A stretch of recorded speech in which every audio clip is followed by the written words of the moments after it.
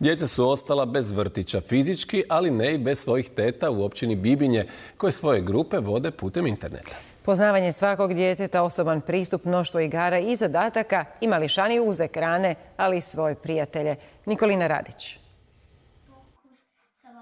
Šestogodišnji predškolac Tomas provodi eksperiment sa sapunom, vodom i paprom, koji u eksperimentu glumi bakterije. Ako mi stavimo prst u njih, vidiš, one su zločeste i otiče na naš prst. Ali ako se na prst stavi sapun, nestaće, ko čarolija. Ovaj zadatak dobio je preko snimljenog programa njegovog vrtića Leptirići i opet preko iste stranice pokazuje ga tetama i društvu iz vrtića. On gleda svoje tete koje pozna, sluša njihove priče i te zadatke koje dobije, on ima volje i napraviti to.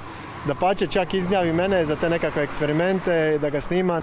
Super mi je gledati moje tete na kompjuteru. Tete iz vrtića video za svoje mališane snimaju svaki dan. U početku im je bilo čudno obraćati se kameri i da djeca nisu ispred njih. Uvijek nastojimo da su ilustracije vidljive, tako da i djeca i sama mogu pratiti i tekst i ilustracije.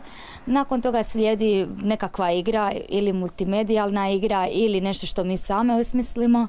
Likovne radionice nastojimo što više eksperimente i pokuse. Program za djecu po principu škole na daljinu osmislio je voditelj projekta dvosmjenskog rada vrtića koji se financira sredstvima Europske unije.